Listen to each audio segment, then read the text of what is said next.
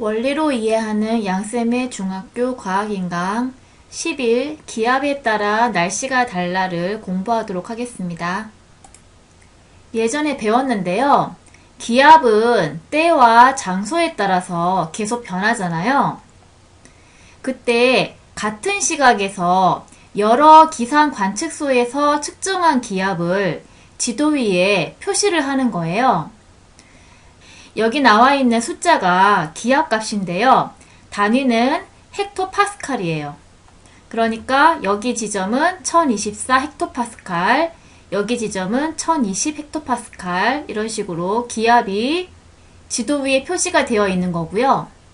이렇게 같은 시각에 여러 기상 관측소에서 측정한 기압을 지도 위에 표시를 한 다음에 기압이 같은 지점을 선으로 연결을 한 거예요. 이런 선을 등압선이라고 하는 거예요. 그러니까 같을 등, 기압이 같은 선이라고 해서 이런 선을 등압선이라고 얘기를 하고요. 등압선을 그리는 방법을 알아보면요. 등압선은 보통 1000헥토파스칼을 기준으로 해서 4헥토파스칼 간격으로, 그러니까 1000 다음에는 1004, 그 다음은 1008, 그 다음은 1012 이렇게 4헥토파스칼 간격으로 해서 매끈한 곡선으로 그려주는 거고요. 그때 등압선은 서로 이렇게 교차를 하거나 혹은 끊어지지 않게 이렇게 매끈한 곡선으로 그려줘야 한다는 거예요. 그러면 등압선 그리는 방법에 대해서 애니메이션을 볼게요. 지도 위에 같은 시각에 관측된 기압값이 표시가 되어 있는데요. 등압선을 그려볼게요. 1000헥토파스칼을 기준으로 해서 같은 기압인 지점을 매끈한 곡선으로 그리는 거예요. 그리고 4헥토파스칼 간격으로 해서 그려주는 거죠. 그러니까 1000보다 4가 작은 996을 등압선으로 그려줬고요. 그 다음에는 1000보다 4가 큰 1004 헥토파스칼을 등압선으로 그리고요. 그 다음에는 1004 더하기 8을 하면 1008. 다음에는 4가 더 큰 1012. 그 다음 4가 더 큰 1016. 그 다음에는 4가 더 큰 게 1020. 그 다음에 4가 더 큰 1024. 이런 식으로 등압선을 그려주면 되는 거예요. 일기도의 등압선을 살펴보면요. 주위보다 기압이 높은 곳이 있잖아요. 지금 주위보다 기압이 1024인 이 지점이 기압이 높은데요. 이렇게 주위보다 기압이 높은 곳을 고기압, 높을 고를 써서 고기압이라고 하고요. 주위보다 기압이 낮은 곳, 여기서는 1000헥토파스칼이 주위보다 기압이 낮잖아요. 주위보다 기압이 낮은 곳을 낮을 절을 써서 저기압이라고 하는 거예요. 그래서 고기압과 저기압은 절대적으로 어떤 수치가 있는 것이 아니라 주위보다 기압이 높으면 고기압, 주위보다 기압이 낮으면 저기압, 이렇게 고기압과 저기압은 상대적인 기준으로 따지는 거예요. 일기예보를 하는 장면인데요. 내일 우리나라는 남부 지역에 있는 저기압의 영향으로 전국이 흐리거나 비가 오겠습니다. 이런 식으로 예보하는 말을 들어봤잖아요. 이렇게 일기예보에서는 흐리거나 비가 온다는 이런 날씨를 저기압의 영향으로 이런 기압과 관련지어서 이야기하는 경우가 많아요. 이런 식으로 기압은 날씨와 밀접한 관련이 있는 것을 알 수가 있어요. 그러면 기압과 날씨가 어떤 관계가 있는지를 알아보도록 할게요. 밑에 그림은 우리나라 부근의 일기도고요. 이것은 인공위성에서 촬영한 구름 사진이에요. 여기서 고기압과 저기압의 위치, 그리고 구름의 위치를 비교해 보는 거예요. 자, 비교해 보기 위해서 이렇게 일기도와 위성사진을 겹쳐봐요. 겹쳐보면 특징이 보이죠? 고기압인 지역은 구름이 없고 저기압인 지역은 구름이 있는 것을 볼 수가 있잖아요. 이렇게 고기압, 저기압의 위치와 구름의 위치를 비교해 보면요. 고기압의 중심부에는 구름이 거의 없고 저기압의 중심부에는 구름이 많다는 것을 알 수 있어요. 그러면 고기압과 저기압에서의 날씨를 예상할 수 있겠죠. 고기압의 중심부는 구름이 없으니까 날씨가 맑겠죠. 반면 저기압의 중심부는 구름이 많으니까 날씨가 흐리고 이 구름에서 비나 눈이 내릴 수가 있겠죠. 이처럼 기압과 날씨는 관계가 있다는 거예요. 그러면 학습지에 고기압과 저기압에 대해서 정리해 보도록 할게요. 고기압은 정의가 주위보다 기압이 높은 곳을 얘기하는 거였고요. 고기압의 경우에는 북반구에서의 고기압에서 바람의 지금 모습이 보이는데요.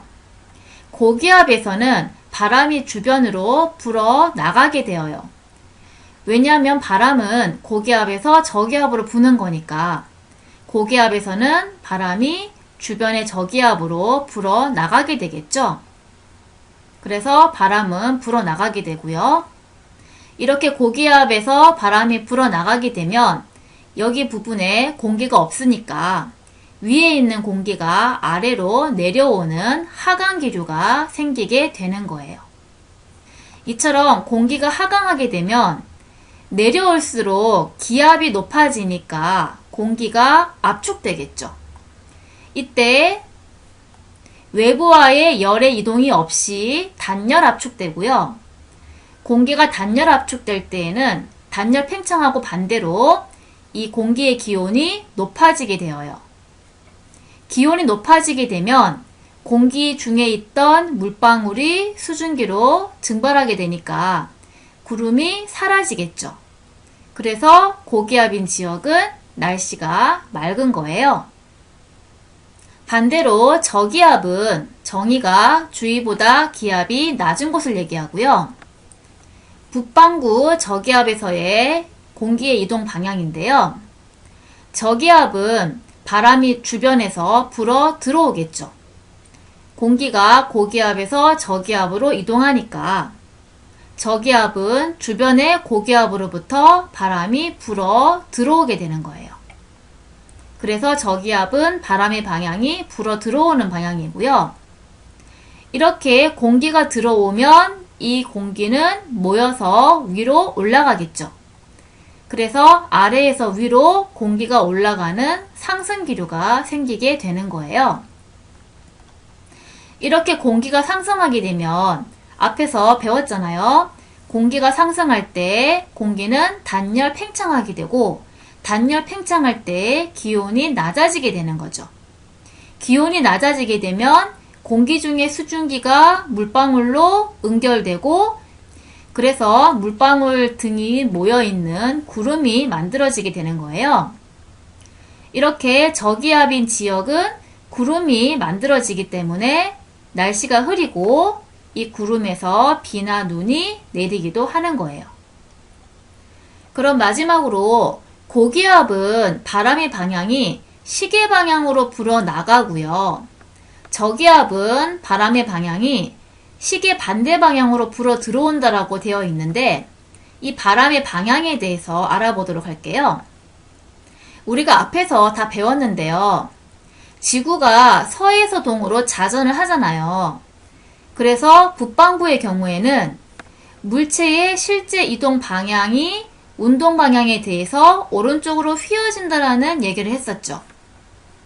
그래서 이 고기압의 경우에는 바람이 이렇게 직선으로 불어나가지 않고 공기가 이렇게 이동하게 되면 이 이동 방향에 대해서 이쪽이 오른쪽이죠. 오른쪽으로 휘어져서 바람이 불게 된다는 거예요. 근데 이쪽 방향이 시계 방향이죠. 그래서 시계 방향으로 바람이 불어나가게 돼요. 나머지 부분도 다 똑같이 해보면 시계 방향으로 바람이 불어나가는 걸 알 수 있고요. 저기압은 반대로 바람이 불어 들어오는데 이렇게 직선으로 불어 들어오는 게 아니라 이 직선 방향에 대해서 오른쪽으로 휘어져야 되니까 이 화살표의 시작점이 왼쪽으로 가면 이게 오른쪽으로 휘어지는 거잖아요. 그래서 이렇게 이거는 시계 반대 방향이죠. 시계 반대 방향으로 불어 들어오게 되어요. 나머지도 해보면 다 시계 반대 방향으로 불어 들어오게 되는 걸 알 수 있어요. 그래서 고기압과 저기압에서 이 바람과 기류의 방향이 헷갈릴 수 있기 때문에 암기하는 방법이 있는데요. 오른손을 이용해서 하면 돼요. 저기압은 상승 기류니까 엄지손가락을 상승 기류로 맞추게 되면 그때 나머지 네 손가락이 감아지는 방향이 시계 반대 방향이죠. 그래서 시계 반대 방향으로 바람이 불어 들어온다. 이렇게 하면 되고요. 고기압은 반대로 하강 기류가 생기니까 엄지손가락을 아래쪽으로 향하는 거예요.